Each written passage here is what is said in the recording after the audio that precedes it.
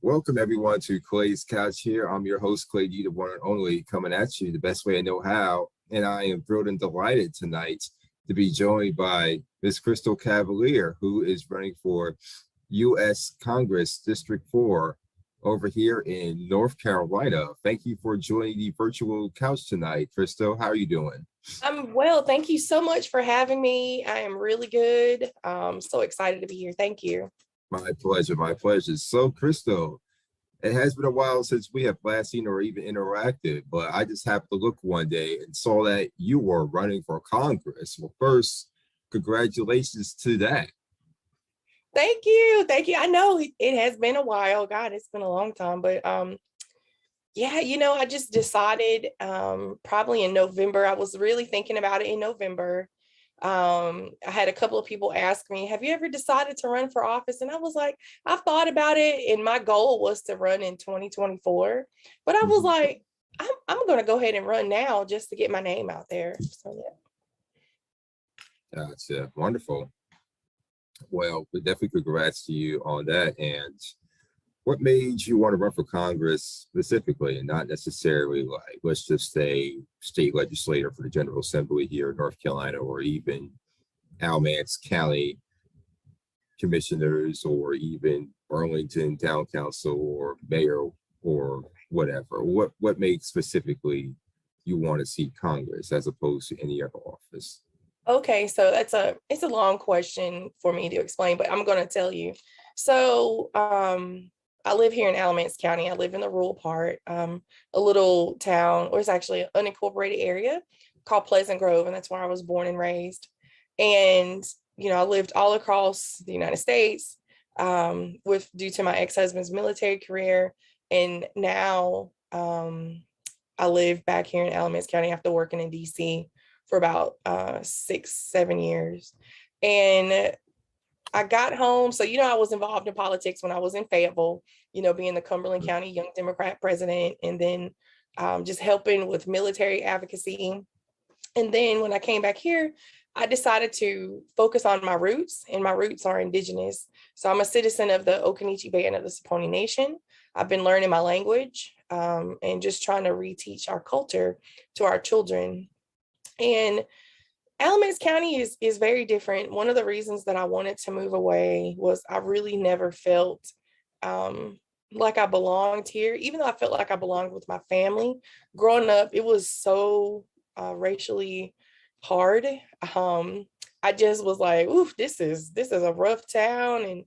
And we at Eastern Alamance, we knew that you didn't go into some parts of the county because it was very Klan, right? And that was me growing up in the 1990s. And so we tried to stay away from those parts and try not to interact with people, because you just didn't want any unnecessary consequences coming to you, right? Like death. So I said, yeah.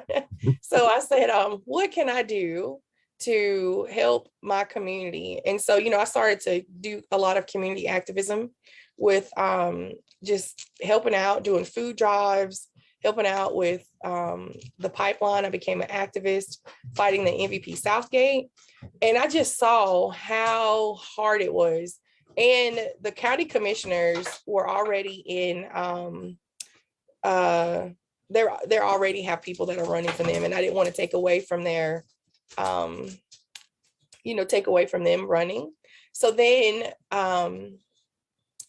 I looked at the state legislation and all of the General Assembly rules and all the laws that are in place. And I was like, it's going to take a lot of people to change these laws that are on the books that were written from the 1800s. And I mean, they still have a lot of racism in them today. And it doesn't seem like North Carolina is ready to change that.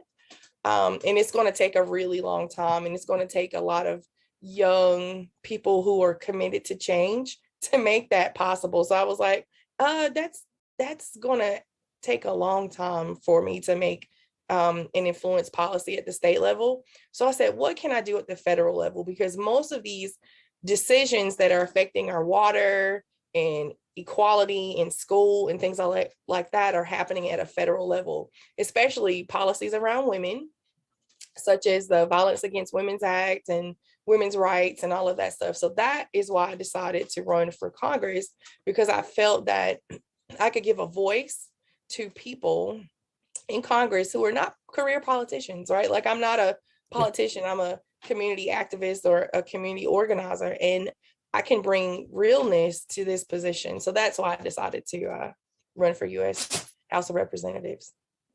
That's real good to hear, because just for the audience, Alamance County, North Carolina, is in the middle of the state of North Carolina.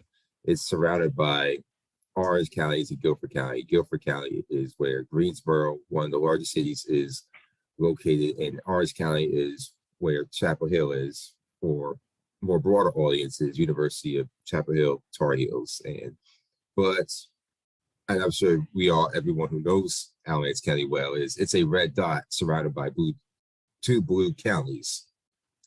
So with that being said, the politics are very conservative. The social construct of the area is very conservative. And just for a point of personal privilege, my grandparents and my family have lived in Alamance County for many years, and even grew up for the most part of our lives. A lot of relatives on my mother's side did. So I've had family going back to Alamance County since the 60s at least. And my mother even used to come down here in the summertime. I used to hear racial slurs from guys in pickup trucks over in Graham, North Carolina. So this is stuff that's in its sociological DNA of the county. And we're not trying to pounce on a particular area, but there are counties like Alamance County all throughout the country, especially in the deep South, for sure, or in the Midwest, or really anywhere where there's pockets of ruralness, or you even have it in South Jersey, where I grew up in New Jersey. So we're not just exclusively just limiting this to the South of North Carolina for folks to say, oh, you just talk about the South all the time. But I just have to throw that out there, because people will say that. People will say, well, you just talk about the South, or you're just talking about North, but I have to really just provide it in context that this country has a racist history, and more specifically, a lot of local jurisdictions have more and more of that. So, but definitely kudos to you for running. I'm glad to see you running, because I think you made a good point. I don't know if from the General Assembly standpoint, you could have made a difference. Yeah. I mean, I think you would have worked hard, don't get me wrong. There's a lot of great state legislators who are Black and brown now, I'm sure you know. But just for what you're trying to accomplish, I think that needs to be done on the federal level, even though I know local elections matter, but for what you're trying to do, obviously, the federal level would be more suited. So I'll still work here in my community to try to help change. Last summer, I was working with a group of community activists to try to help the people, like bring people together to try to change.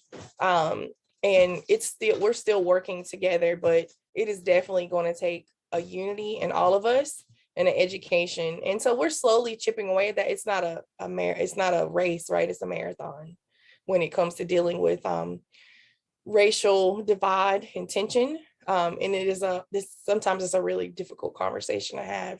So I will still be working with that.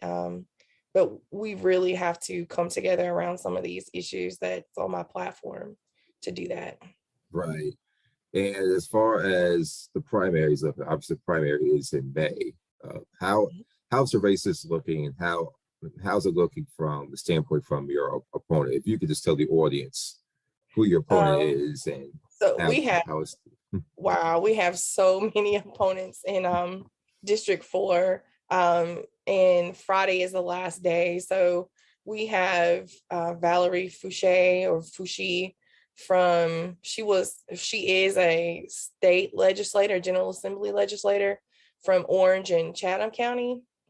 We also have Nida Alam, who is I believe an activist and I think a county commissioner from Durham.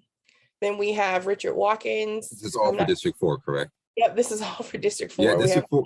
It's more, because actually that's a little too far for me. So that's kind of interesting. Yep, interesting. Then we have so Richard Watkins, then we have Ashley Ward, and then of course Clay Aiken. And then I'm not quite sure who else has entered the race. So it's quite heavy. You know, this is an open primary with former Congressman Price retiring. And so this is an open seat.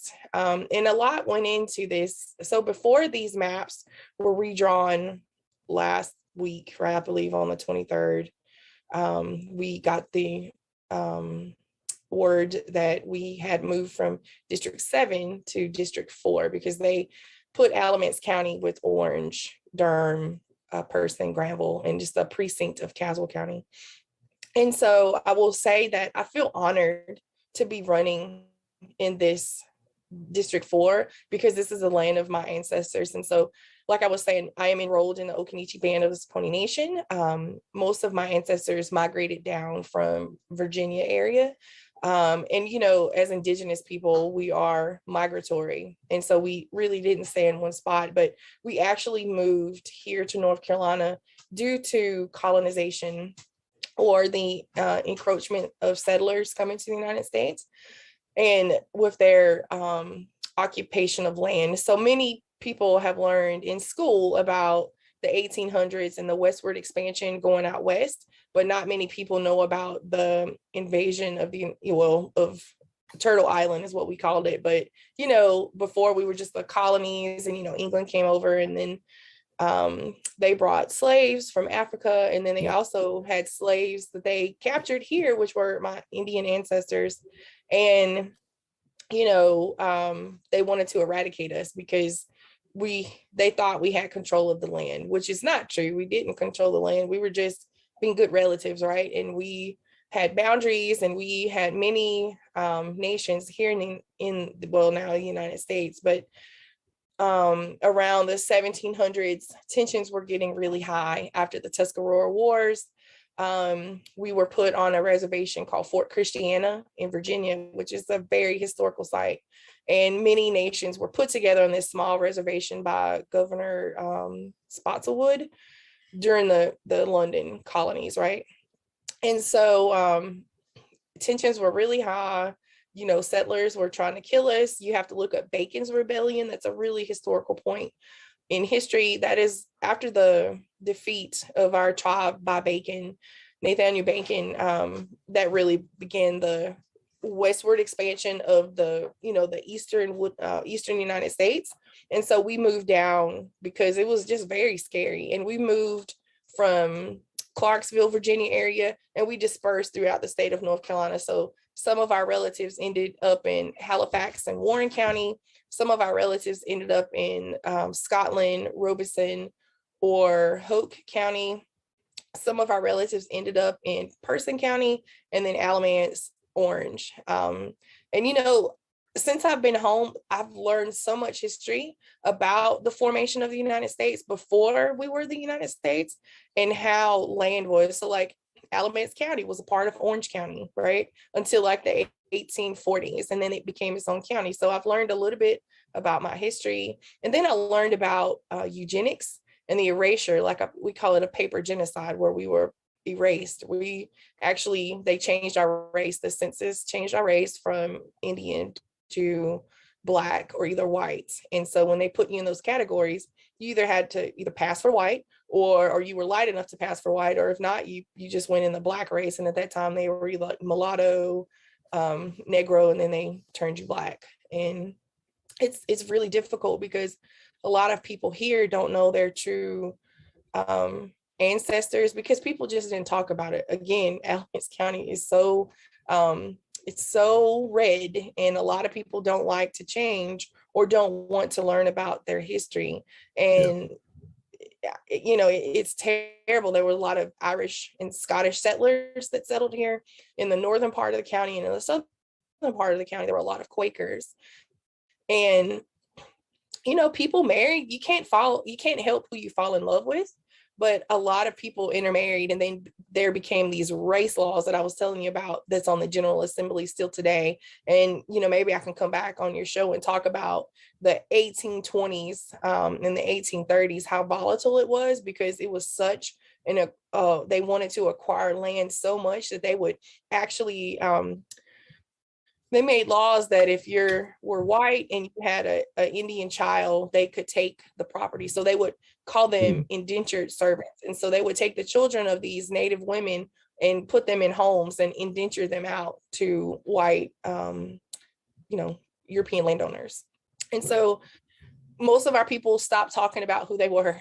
And so they just like, we're just going to go in the Black race. And so from about 1820s until, the 1980s, we just kept quiet. We didn't tell nobody who we were. We talked about it in our homes, but outside the home, we didn't tell nobody we were Indian, because again, it was all tied to land, and the taking of your land. And our ancestors worked really hard to get the land that they had, endured a lot of slavery and hard times and hangings and murders and rapes, and they just didn't want to deface that of our ancestors. And so now I've learned a lot, and I feel like since I've learned it, that it has actually helped me heal.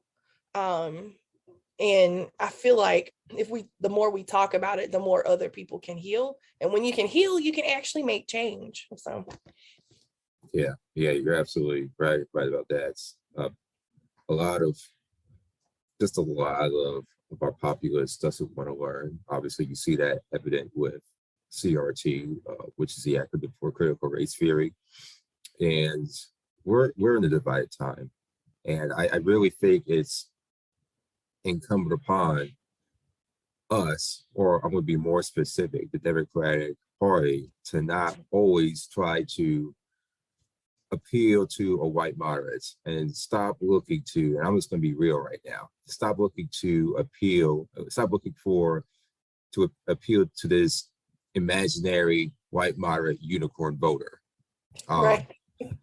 Because we see that often too much. The Democratic Party tries to be very accommodating to this all the time, and oftentimes tries to chip away at. They try to always chip away at the white moderate Republican base, but that particular voting bloc has not even voted your way in large numbers since Lyndon Baines Johnson in the 60s. Someone might say, well, they voted for Hillary, they voted for Biden, not in large numbers. I mean, you're talking about a very, very small number here, but the Democratic Party, to me, it's just always just trying to accommodate that moderate white voter in this mind too much. Why I say that, because it really does affect candidates like yourself, who's really is trying to enforce and make about progressive changes out there. I mean, obviously we have the squad out there with AOC, Rashida Tlaib, and Ilhan Omar, and then you can throw in the Kima Williams in there. Yep. in there now, but there needs to be more of that.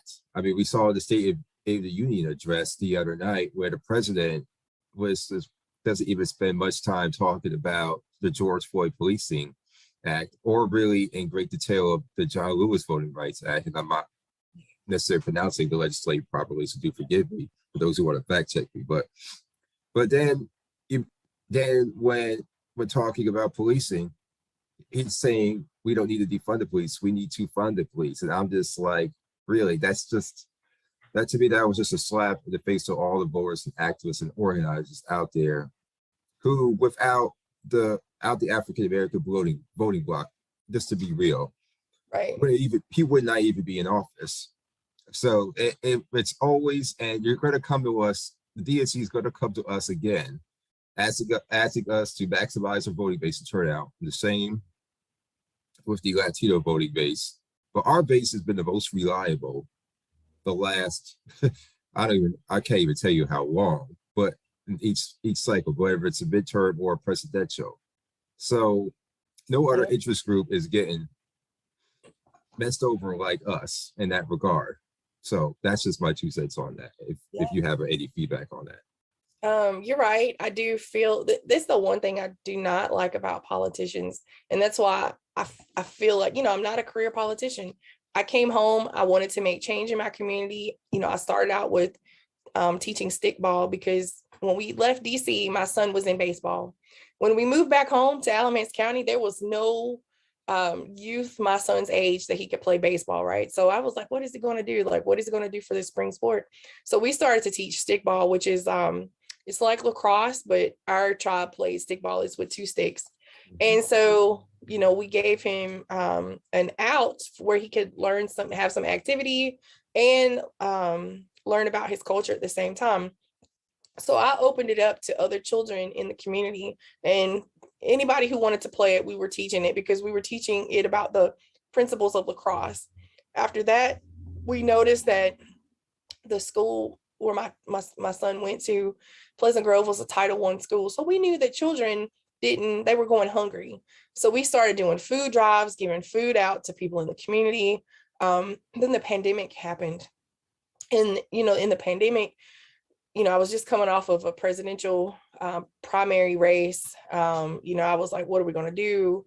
So we started to do another food drive, and we worked with, I believe, Durham Free, and they were providing food and meals to people in Durham. So they had extra meals, and they said, could you use this? So we got the food, and every Tuesday we would deliver food to elders in our community because we know that they needed a hot meal. So again, we were working in our community. From there, there was some issues that happened in Orange County with the local Klan coming and intimidating businesses and people. So I was like, well, we need to go and speak out about this because, this is in our backyard. So my husband and I and a couple other friends, we went and we just was like, can we march with you and bring solidarity and unity? Because we don't want this, because this is not the work. We don't want our children to see this. So we went and we somehow ended up leading the parade of like hundreds of people down this road in Hillsborough. And we ended up speaking about just unity and uniting the communities and working together. And what I've seen is politicians don't really come around until it's time for them to get your vote. And I don't like that, because I'm like, you didn't care about me, a year ago or 2 years ago, but now you're caring about me 6 months before you're going to start campaigning. Like, do you really care about my issues? Like, if you really cared about my issues, you would come into the community before, right? Or you would have meaningful legislation that you're passing in, whatever political position you're in, that would help our community, right? You see us suffering, or you see these things happening, take a stand for something. Like, just don't pass something that's going to get you reelected or keep you safe. That's why I told my husband, I said, when I go into this, I might just be a one-term politician, because I want to effectively make change. And I want people to know that I am, I'm working for you. And, when you pull back all of the divisiveness of race and class and, where you stand financially, we all have these issues that are affecting them, especially when it comes to like health, and water and your rights. And so that's what I want people to just like, okay, stop. What is really the issue, and stop dividing us. So yeah, I feel you on that. I have so much I could say. Oh, we have the time for it, so you can say it. Yeah, It's so free form, so no worries. okay. Go ahead. Well, when it comes to like our rural areas, so I grew up again in the northern part of the county. We have a lot of rural issues, right? We have well water. We know we're not on like sewer or city water. And things that are affecting us are like these big industries coming in. So Alamance County is really now booming. And, one of the reasons I think they're booming is because they don't have local legislation in place to protect the rural counties for these industrial organizations that are coming. So like asphalt plants, what else? Mining companies, pipelines, things like that. And so when people don't know that these things can affect them, like jet fuel leaking into the soil that can get into their water from like a colonial pipeline that runs in the southern part of the county. And there's no like federal legislation talking about like, you need to fix your pipelines. If they've been in the ground for like 15 years, you need to actively assess if this pipe is leaking stuff into your soil, that which gets into the aquifers that run underground. People don't know that. And jet fuel can cause like neurotoxic problems, right? You could be having brain tumors or any type of health problems. People don't even know that this can happen.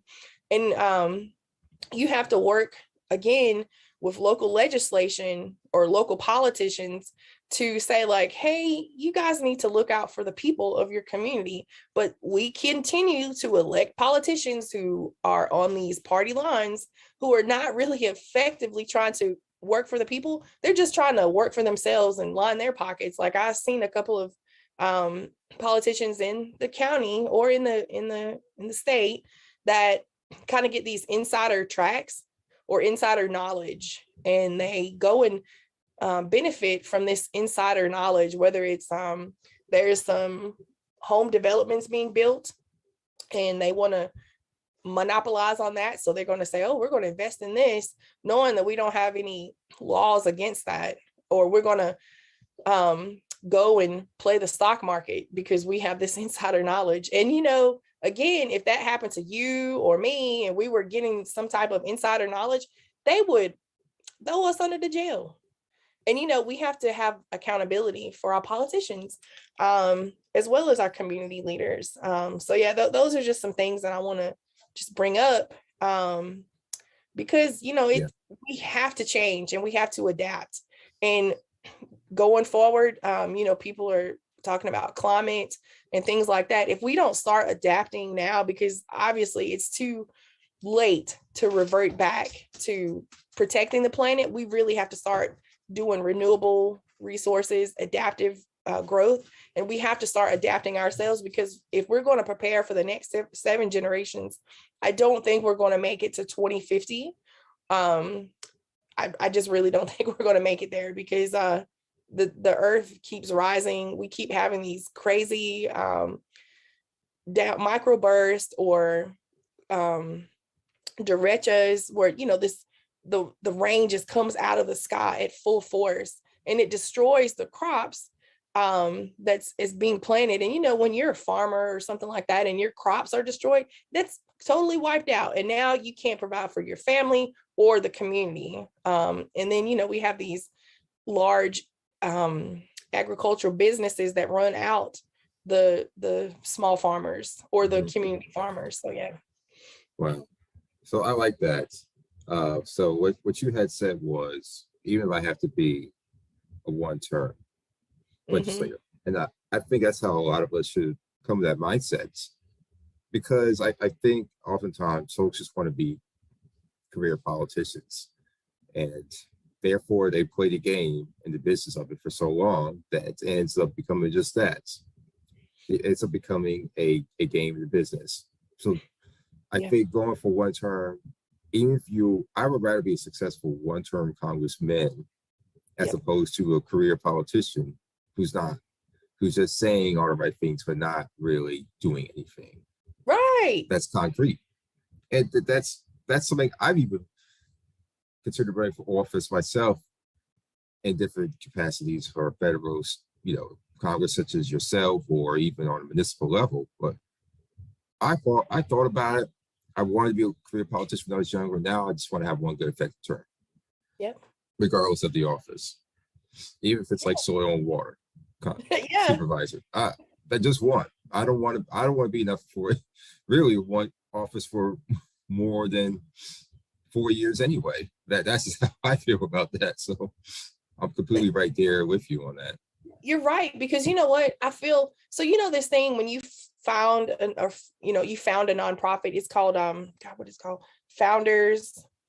God, is something Founders syndrome. It's called Founders syndrome, where when you fund something, you get this tunnel vision and you can't see outside the box.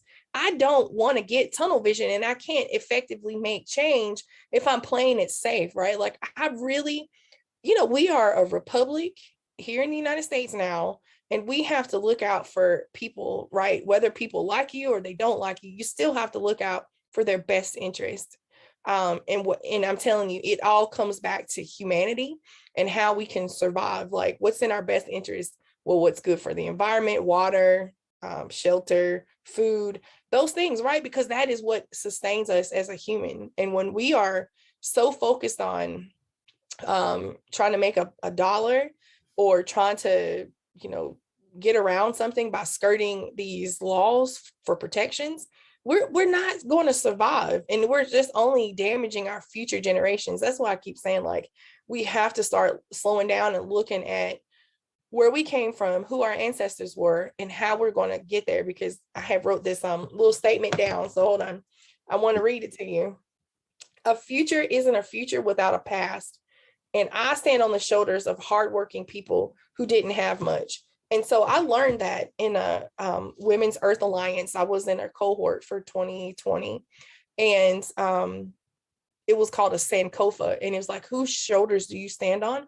I stand on the shoulders of my ancestors, especially the matriarchal women in my community, because we were always there to nurture and protect our people. And I really hope to inspire change, or inspire other people to run for office to make change, right? Continue what I can't do. So yeah. Mm-hmm. Yeah, absolutely. And we need more young people. I've been saying this for years. More young people, more persons of color to run for office. Mm-hmm. I think we're seeing more of that now, but it still needs to happen. We still need more of it. Yep. So, and for exactly the reasons that we've just outlined today, we need more representation out there. Yeah, we do. Yeah. That matters. Representation matters. Yeah. Now, I do have more questions here for you and such. So, obviously, you mentioned the main issues that are important to you and why you want to be elected to the Congress. Just overall, in other regards, what would you say you're most needing in this race right now in order for you to be successful? In order for me to be successful, I no lie, I need fundraising. I need money for my campaign. That is the most important thing that I have learned, because running for Congress it's not cheap, right? It is 1%. Like my filing fee was 1% of the salary, and that was $1,740. That is what I had to fundraise to get my filing fee. And then on top of that, I'm running against well-known politicians who are now running for this seat, as well as a couple of maybe community activists.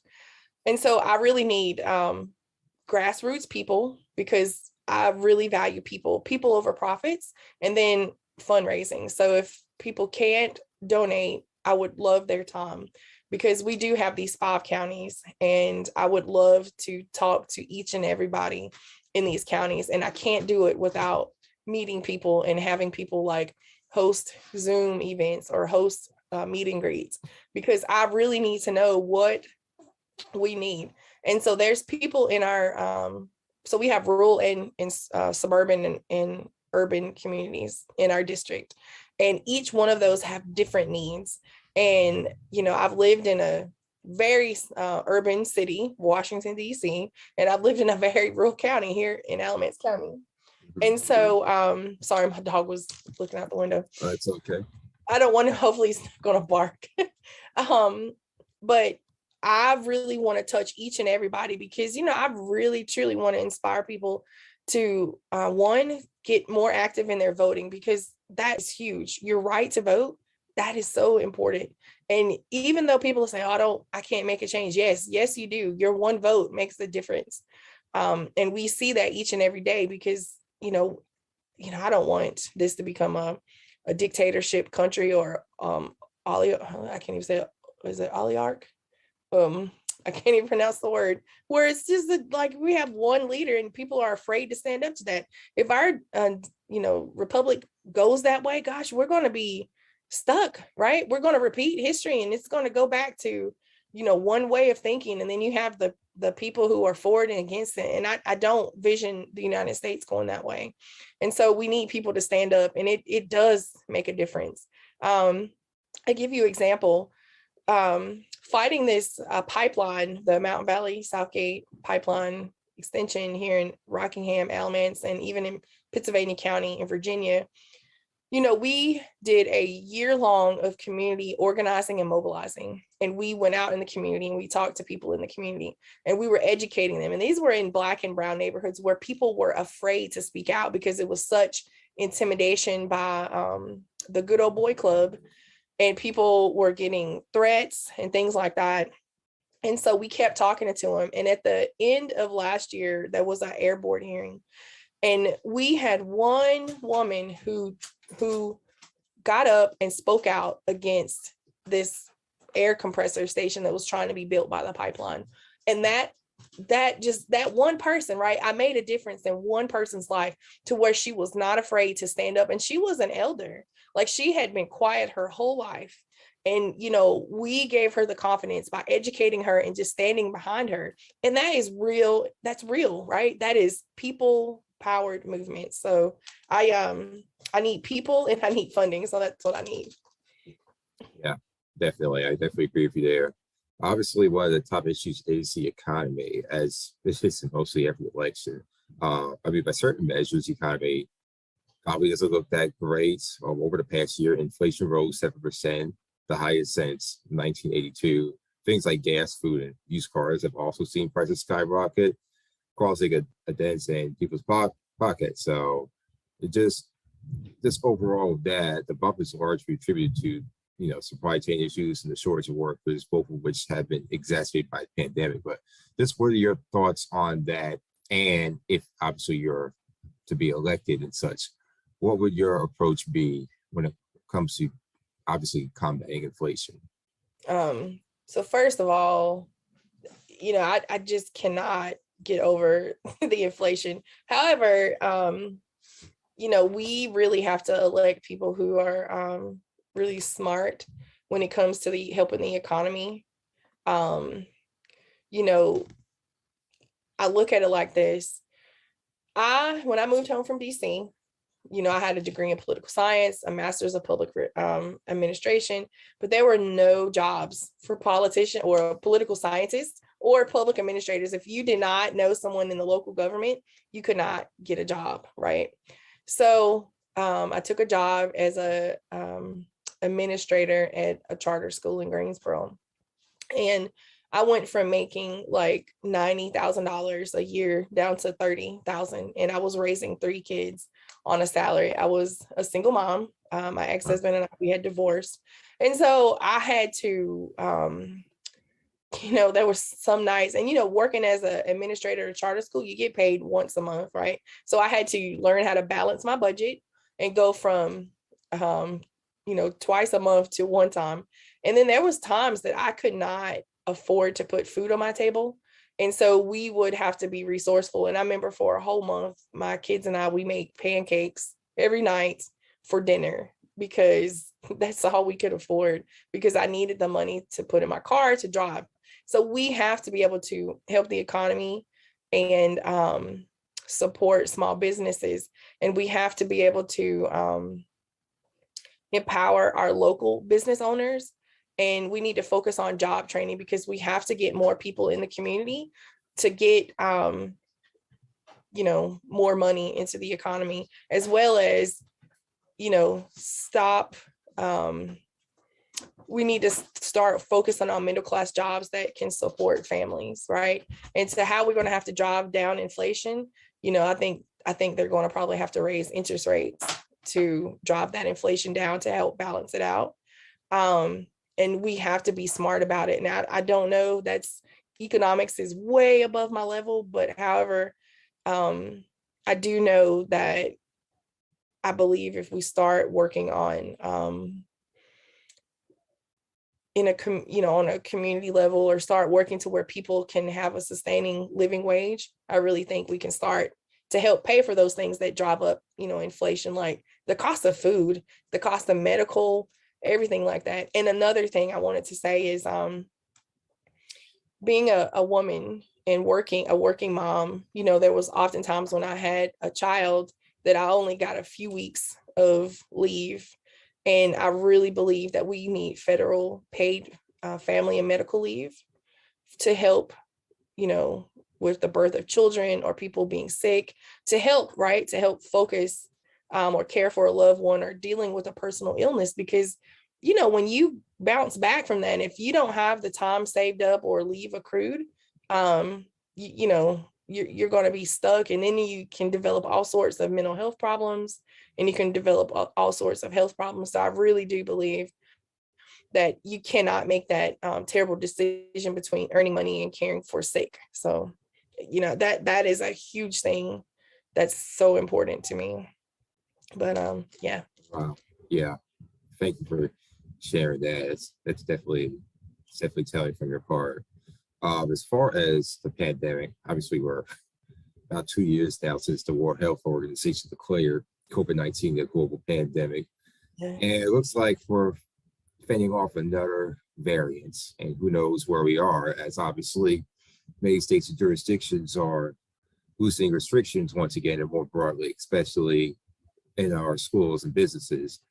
Just what are your thoughts on, if you were elected, as far as helping to fight this pandemic and having us transition from a pandemic to an endemic stage, as Right. well as this vaccines, boosters, testing, and all of that?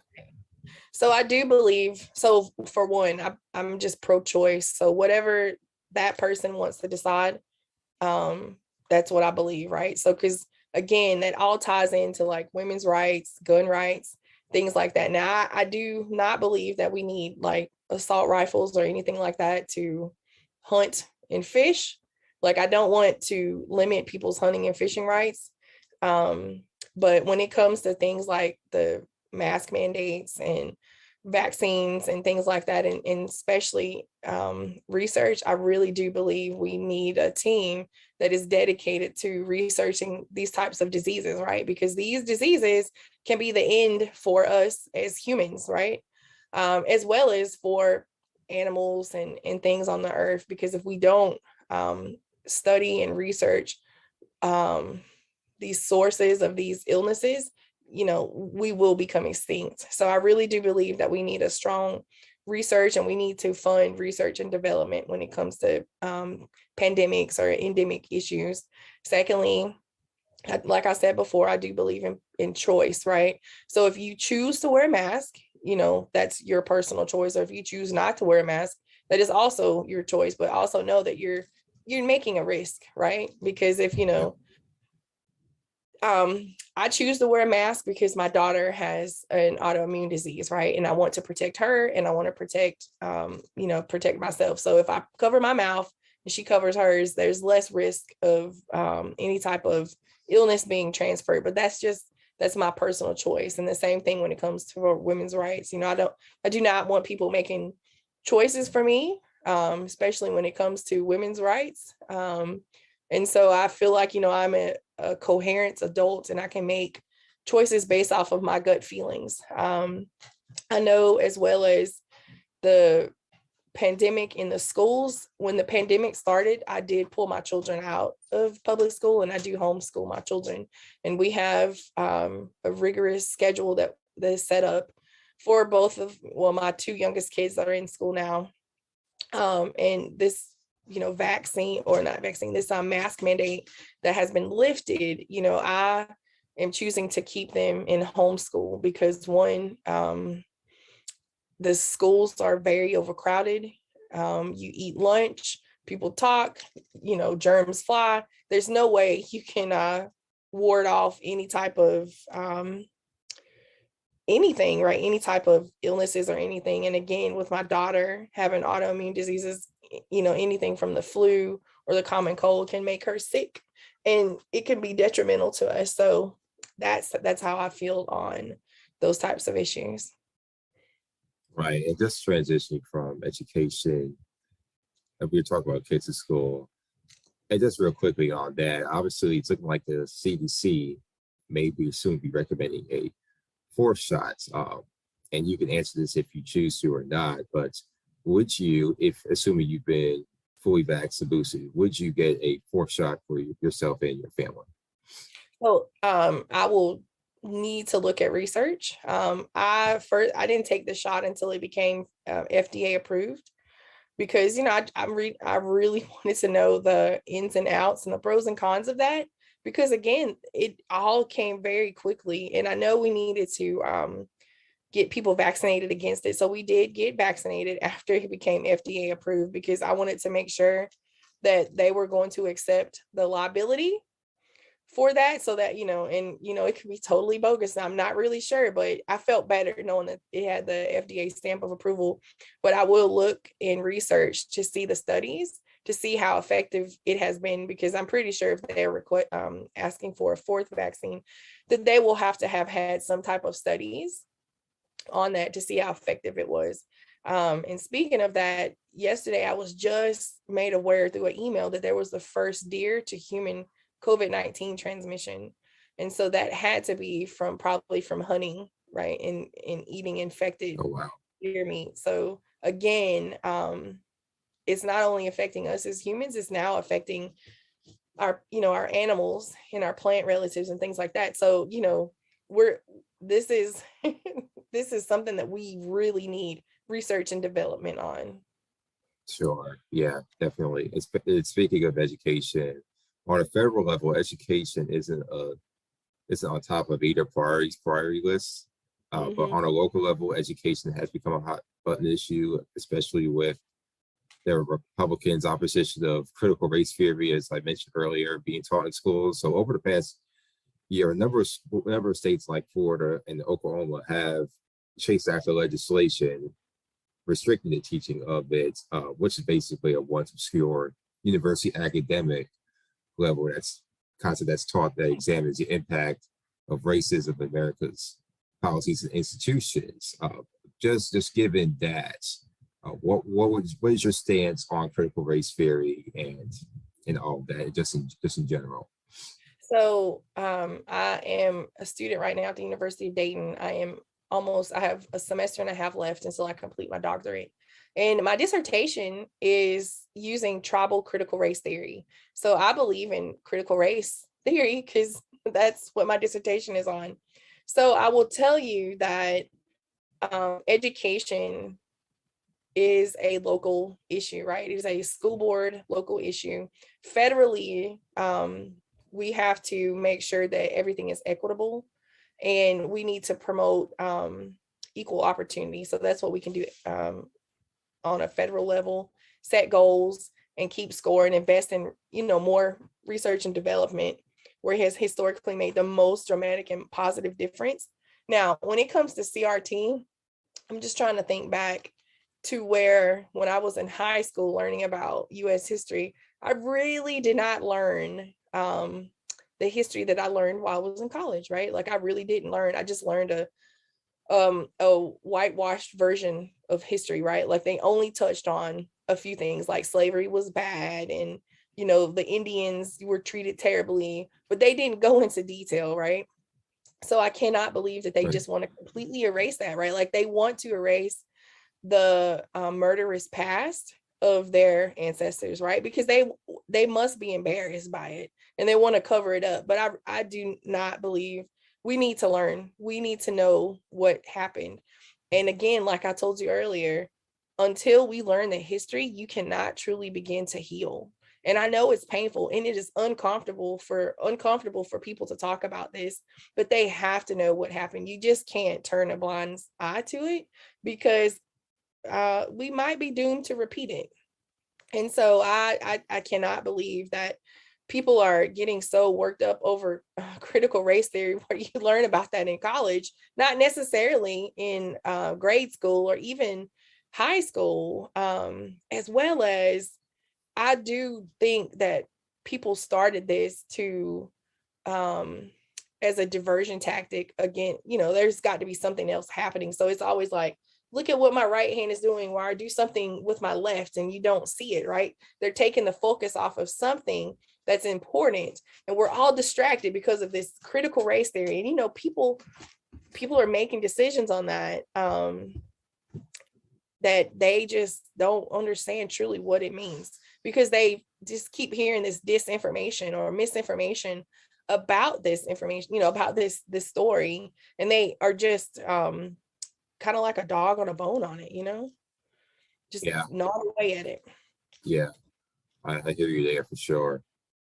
And certainly, even just coming up myself in education, it was, I went to one of the best schools in public schools in New Jersey, but the way race was portrayed in our history classes was though that we had slavery, we had Jim Crow, and racism ended in the 60s after the signing of the 1964 Yeah. and 65 Civil Rights Act and Voting Rights Act concurrently, that in 64 and 65, and this Fair Housing Act in 68. And that's it. We're all good now. That's honestly how it was portrayed. Like there was an ending to it, instead of really a continuum. Yeah. Yeah, I feel you. Like it's like that now. Like I'm sitting back looking in my high school when I was in English class. We read like To Kill a Mockingbird and things like that. And then, you know what, to tell you the truth, I went back and reread all of my high school books, like To Kill a Mockingbird, The Grapes of Wrath, things like that, because there was connotations and undertones that our teacher didn't pick up on and didn't discuss. They were just talking about like the glaring things that were in the book, but they didn't really talk about what was really happening, like how people felt, what was happening, what was the scenario, what was the time frame, things like that. And until I feel until I was able to get a broader education and understanding of how race has shaped the formation of history, I really didn't understand it all. And there was not enough critical thinking in those classes to help us form this world view of how the United States is, or even how the whole world is anti-Black, Oh yeah.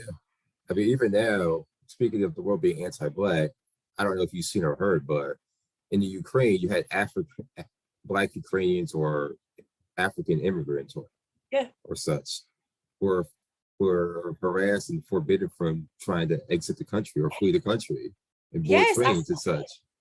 Yeah, I saw that. I just thought that was just, first of all, ludicrous. And right. Second of all, like, what in the world? Like, come on now. It's just a teaching, right? It has been indoctrinated into us that the color Black is bad, period, right? And white is good. And, you really have to change that way of thinking. So, yeah. Right. And the shocking part, or not shocking part, I would say, is it took almost a week for mainstream media to pick up on it. You would see it on social media, or you see it from the Twitter sphere or the Facebook and Instagram spheres, or that particular type of chatter. But it wasn't until last night that the New York Times, or not even CNN for that matter, or any major outlets, but New York Times finally published a piece on it last night about how Africans are being racially discriminated against and trying to flee the country. Like the New York Times finally just put out a piece on that last night on their social media pages. So it's almost as though like it has to take a whole lot of and a whole lot of chatter in the aggregate to even get Yeah. the mainstream to still take note of these things Yeah. that are going on. And like, it should have taken almost a week. Now, yes, we all should stand with Ukraine, no matter where you fall out on the foreign policy front, with the pins and everything, and pray for Ukraine. But I was just like, can we pray for the Africans, try to free Ukraine too? Or, Yeah. Black Ukrainians matter too. Hashtag. Yes. So that's why I was kind of really resistant on changing the flags, or changing the Facebook, Instagram, Yeah. all that, and using the hashtags, because I typically know that when these things happen around the world, not to sound like, well, what about here, and get into whataboutism, but I was like, okay, well, it seems like it's kind of becoming on board. I try not to just jump on these bandwagons or social media bandwagons anymore. But then Right. as soon as, okay, maybe I'll do the whole blue and yellow thing. But then when I see that in outlets like the Shade Room, or I don't even want to, the fact that I even had to go to those certain social, like a Black Twitter, to even see that stuff. And Yeah. most of the time in the past, I would just disregard that. Like, oh, mainstream me ain't covering it. It's just people just looking for grievance and just always fussing. But then I'm like, okay, this is good, real legitimate, and it's not being covered. So Right. I just say all that to say that racism is a global problem, and it It has is. been for 400, 500 years. It it has Yeah. been such a horrible problem, and you're right. The mainstream media does a terrible job covering um, Black issues or brown issues or issues that are not right. Not white. Sorry, like Mm-hmm. it just does a bad coverage of that. Like you know, going back, I'm the founder and executive director of Missing Murder Indigenous Women North Carolina Coalition. And we have a serious problem here in North Carolina with our missing women. And I've gotten a lot of pushback from some policymakers at the state level because they're like, well, you need to elevate all women's lives. And I'm like, but all women's lives are included, especially white women's lives are included in the statistics. There's no statistics on Indigenous women who go missing. There's just only white or Black. There's no Asian or Latina or any type of data on that. And it just really shows that mainstream media, like I think I've only been in the media twice about these statistics. But when we had a young white woman who went missing back in August, the whole world stopped and was looking for her, but we don't get that same reciprocity when it's looking for people of us. And my response to them is, when we can raise the invisibility issue of Black and Indigenous women, or Black, Indigenous, people of color women, then we can raise up the visibility of all women. Because again, you have to be explicit, because when you say all women, white women are included in that as well. And so Right. again, people don't like to talk about this race issue, but again, we have to talk about it. You're going to have to lean into that uncomfortableness to get some of these issues out to the forefront. And mainstream media has not been very welcoming when it comes to these issues of Black and brown. Mm. Yeah, you're definitely right about that for sure. And to move over into voting rights, the active voting has obviously, as I mentioned at the top, one of the most pressing issues. But obviously, following the defeat of Trump in 2020, in that presidential election, and his subsequent unfounded claims of voter fraud, many GOP controlled state legislators pursued a crackdown on voting laws. Like Texas, Governor Bill Abbott signed a bill that created more hurdles for people to vote by mail, placing new restrictions on early voting and making it harder for non-English speaking voters and voters with disabilities to receive assistance at the ballot box. Similar measures have been taken in Georgia, for Arizona, and Iowa. And I'm not sure the specifics that have gone on in our state, but more than half the country has some form of legislation out there that has been that can be considered restrictive towards voting rights. Right. The president has aggressively pushed for a federal voting rights bill that would supersede the measures taken at the state level. But even when as far as to endorse the issue the 60-vote filibuster rule in the Senate in order to get the John Lewis Voting Rights Act passed. But yeah, obviously, however, the endorsement went nowhere, as we have, of course, Democrats like Joe Manchin and Kirsten Sinema siding with the GOP, rejected the change. So just with all that, what are your thoughts on that? And should you become a member of Congress, what would be your actions on this? So I'm really in support of I'm a supporter of the voting rights, because we have to overcome these barriers at state and local levels and federal levels that prevents our right to vote. Because again, when you are voting for people, like you're an elected politician, right? You are supposed to be voting for everybody in your district. And you have to vote for what's good. I look at it as being like a parent. You do what's right for your young, right, to protect them. And you can have this eagle level view of what you foresee what could happen, right? And so for people to not be in support of who has the right to vote in the United States, that's very detrimental. I look back to women's suffrage. I look back to the Black people when they got the right to vote. Black men got the right to vote. And then even in like 1920s, the American Indian got the right to vote, and we were the last to get the right to vote. And it's a active suffrage movement that is going on, and it is all about the loss of power and change, and we have to be concerned. And so I would be in support of anything that helps us move that legislation along. I haven't looked at the John Lewis Voting Rights Act bill since September, but that's real important for these laws to be put in there. I can't believe that we're still having these types of problems. This is intentional that we're having these problems because, again, we're supposed to have, come a long way from the 1960s, but we really haven't. And I want to say, I think here in North Carolina, they were trying to pass a law that you had to have a ID card to vote.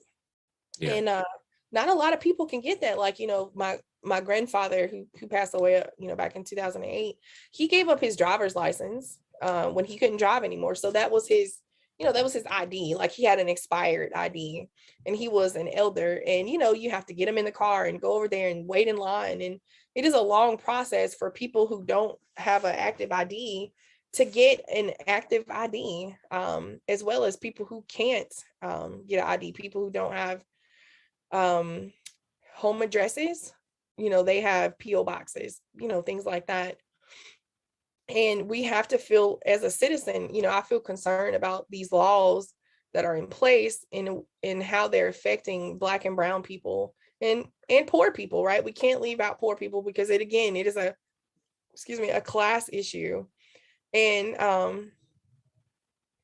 it's kind of open and in your face, right? It's unapologetic that all of this deterring is happening. So I am for this voting rights, and we do have to make a shift to support it. There's a lot of struggles that are happening, like pandemic, racial injustice, and people are getting tired, but we still have to continue, and we have to fight, because that's what our ancestors did. That's the issue that we have to focus on. Absolutely. You're definitely right about that.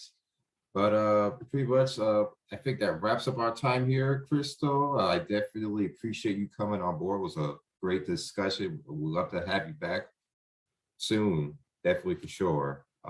For those who want to support your campaign after hearing this, tell these folks how they can support you and get involved and how they can donate.